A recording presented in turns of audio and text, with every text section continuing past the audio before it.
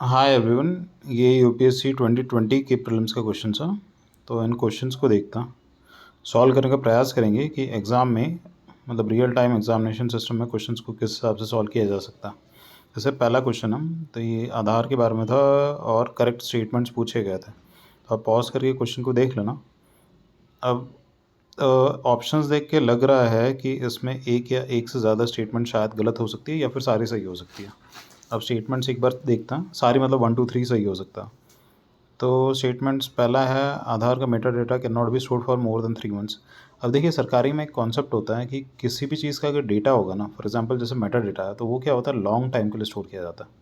ठीक है, तो 3 महीने जो है ये बहुत ही शॉर्ट टाइम हो गया यहाँ पे, तो इसलिए ये स्टेटमेंट गलत हो जाएगी। और जैसे तीसरी स्टेटमेंट हम देखते हैं यहाँ पे, Aadhaar is mandatory for obtaining insurance products. अब देखिए इंश्योरेंस का जो पेनिट्रेशन है वो भारत में वैसे ही बहुत कम है, मतलब 5 से 6% ही है। ठीक है, तो सरकार का फोकस ये रहेगा हमेशा कि इंश्योरेंस को बढ़ाया जाए, इंश्योरेंस हमेशा बढ़ना चाहिए। ठीक है, तो आधार को मैंडेटरी कर देंगे इंश्योरेंस के लिए, तो ये दिक्कत वाली बात है।